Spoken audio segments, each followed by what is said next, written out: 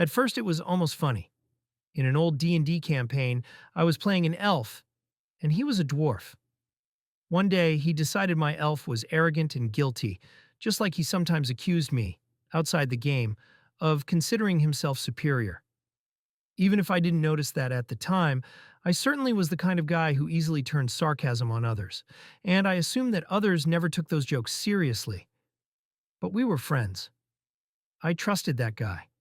And I was always there for him, both in the game and in real life, and a couple of times, in real life and in the game, I really had to go the extra mile to help him out.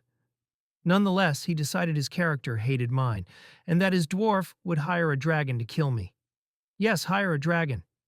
He heard rumors one lived nearby, went to find it, and offered gold to have my character assassinated. The dragon listened attentively to his story and then grilled him. That, at least, was poetic. In another game, some months later, he did it again. This time I suggested he try playing an elf.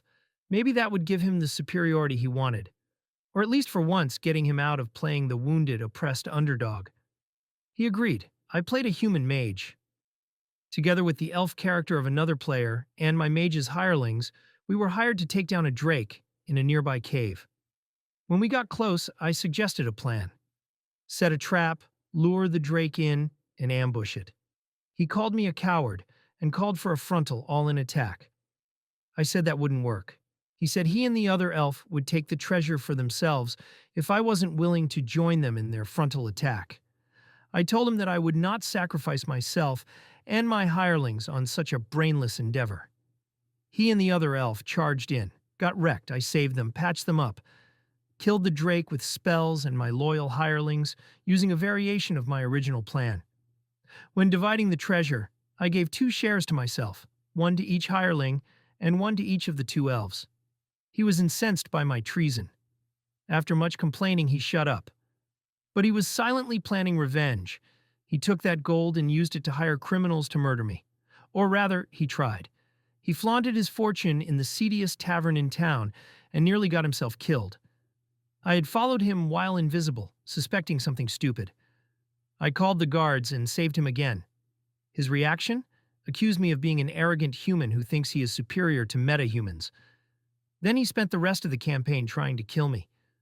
For the sake of the game, I made up some in-fiction reason why my character would tolerate this. It became exhausting. I had many chances of letting his character be killed. The drake, the tavern, and several situations after that. And I always helped him. And the more I helped, the angrier and the more offended he got. It was like some sort of vicious circle. But my character didn't really have it in him to let him be killed. Eventually, we had to stop the campaign, and all the hard work of the game master had to be discarded. We kept playing together over the years. One of the games we played the most was Vampire the Masquerade. I was the storyteller in those games. The same pattern eventually emerged. He would build relationships with other characters. Then, first time they did something he didn't like, he would reason they were prejudiced and exploitative, betray them, and murder them. Once, in a Camarilla campaign, he turned on 2 fellow PCs who had been utterly loyal to him and joined the Sabbat. Destroyed one by shooting him in the back during a fight. Killed another by sending his new Sabbat pack to hunt him after luring him on trust to an ambush. One player quit the game over it. And in the 2 following campaigns, he did it again. And again. Why did we keep him in the group? Because we all liked him as a friend. Because he was the first of us to discover RPGs, and because he brought RPGs to us. Because he was passionate about RPGs. And because, TBH, sometimes his antics were funny. But there was a moment I'll never forget. Not because it was dramatic, but because it was disgusting. In a fantasy game, I was playing a female elven ranger who was mortally wounded in combat. As she was dying, he described to us how his character, a human, touched her inappropriately and licked her face as she bled out, defenseless. It wasn't a scene. It wasn't in-character tension. He just wanted to shock. I guess he did hate elves, but it was also a way to offend me. Even then, I didn't make a scene. I just asked him not to do that again. Maybe some people today would call it a violation or say the table was unsafe. I didn't see it that way. It was our table, our game.